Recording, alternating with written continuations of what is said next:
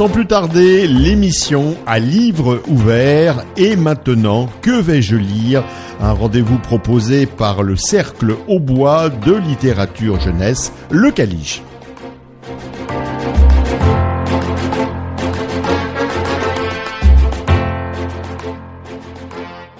Bonjour, Anne-Marie et moi sommes ravis de vous retrouver pour vous faire partager nos coups de cœur en littérature jeunesse. Et des coups de cœur, vous le savez, nous en avons souvent, tellement cette littérature s'enrichit au fil des jours, au fil des mois. Écoutez, alors là, sans aucune allusion, j'ai choisi un album qui m'a bien... Mon Dieu, qui m'a bien amusé. Vous allez voir le titre, c'est Cher Donald Trump.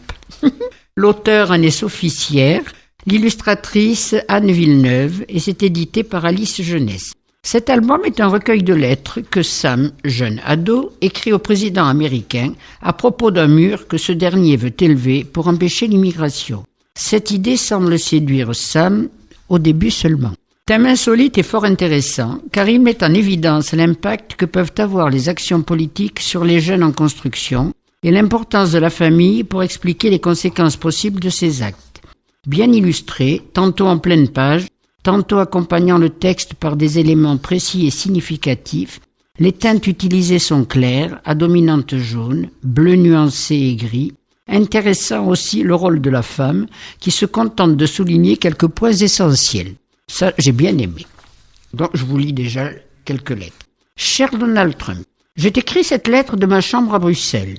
Enfin, ma chambre, c'est plutôt notre chambre, parce que je dois malheureusement la partager avec mon grand frère, qui est, comme tu le dis si bien, une personne indésirable. Je t'ai vu à la télé ce soir. Tu disais que tu allais construire un mur. Peut-être que je devrais en faire un moi aussi. Salutations distinguées, Sam. Lettre suivante. Cher Donald Trump, le problème, c'est que Mathieu, mon frère, joue toujours avec son téléphone pendant la nuit, même s'il n'en a pas le droit. Ça m'empêche de dormir. J'ai demandé à mes parents si je pouvais construire un mur entre nos deux lits. Ils ont dit non. Sincèrement, Sam. Cher Donald Trump, ce soir pendant le souper, nous avons parlé des murs. Le tien et le mien. Je ne sais pas pour toi, mais moi, je ne suis pas très encouragé. Maman a dit que si tu es comme tous les hommes qu'elle connaît, tu parleras beaucoup de ton mur, mais que tu ne le construiras jamais. Papa n'a rien dit. Respectueusement, Sam. Cher Donald Trump, aujourd'hui tout le monde parlait de ton mur à l'école. Les autres enfants n'avaient pas l'air emballés par l'idée. Ils ne doivent pas partager leur chambre, eux. Notre instituteur a lancé un projet, les grands murs du monde. Il a expliqué que certains d'entre eux n'ont vraiment pas été des succès. Oh, je lui ai dit que le mien en sera un. Amicalement, Sam. Cher Donald Trump. Papa nous a amenés à la pêche, Mathieu et moi. Il voulait parler du mur. Il nous a proposé de chercher ensemble une solution pour que ça se passe mieux entre nous deux. Je lui ai répondu que les actes parlaient plus fort que les mots. Je pense que c'est le genre de choses que tu aurais dit dans ma situation. Bien à toi, Sam. Cher Donald Trump, je crois que c'est vraiment mon truc, les murs. Si tu as besoin d'aide, tu sais où me trouver. J'en ai construit 2 dans le jardin, dont un qui traverse l'étang en faisant un barrage. Papa trouve que celui en pierre et en sable ressemble un peu à la Grande Muraille de Chine, le plus grand mur jamais construit. Il m'a raconté qu'à l'époque, le but de ce mur était d'éloigner les envahisseurs. C'est exactement ce qu'il me faut. À la prochaine, Sam. Cher Donald Trump, mon frère est vraiment un envahisseur. Ce matin, il a pris mon croiseur impérial. C'est la guerre. J'ai dit à maman qu'on aurait pu éviter ça si elle m'avait laissé construire mon mur. Elle a ri. Je parie que personne ne rit de ton mur. Bonne nuit, Sam. Cher Donald Trump, j'ai emprunté quelques livres à la bibliothèque pour me documenter. La Grande Muraille de Chine est vraiment énorme. Le préféré de maman, c'est le vieux mur du Zimbabwe. J'ai découvert que le mur d'Adrien, qui traverse toute l'Angleterre, s'étend sur plus de 100 kilomètres. Ma chambre ne mesure que 4 mètres de long. Je ne comprends vraiment pas pourquoi on fait tout un plat de mon mur. Colériquement, Sam. Cher Donald Trump, mon copain Sylvain m'a dit qu'on peut voir la Grande Muraille de Chine depuis l'espace. Et d'après Louise, ce n'est pas vrai. Quand je serai grand, je serai astronaute. Comme ça, je vérifierai moi-même. Toi, quand tu étais petit, tu voulais déjà être bâtisseur de murs ? Dans l'attente de ta réponse, Sam. Mais écoutez, il y a encore 4 ou 5 autres lettres du même style, mais je vous lis la dernière, va. Cher Donald Trump, désolé de t'écrire pour te dire ça, mais je pense que je vais abandonner le mur.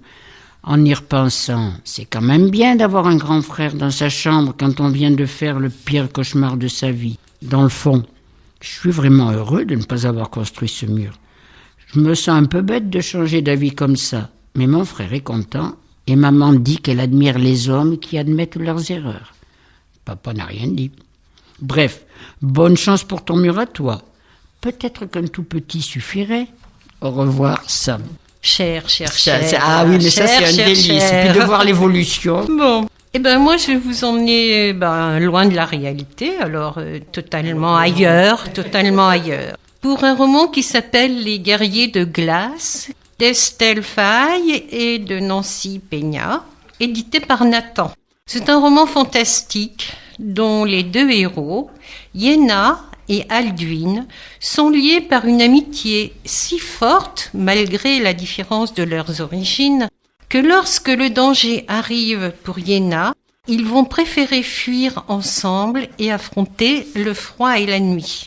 La menace vient d'un groupe, d'un peuple, des montagnes, qui cruellement enlève de temps en temps une jeune fille du village, que l'on ne revoit jamais. Vêtue d'armure qui semble faite de glace, mais d'une glace que rien ne peut faire fondre. Ce peuple terrifie la population. Et les voilà qui se signalent. Alors, cette année, le village va désigner Yenna et Alduin va l'aider à s'enfuir.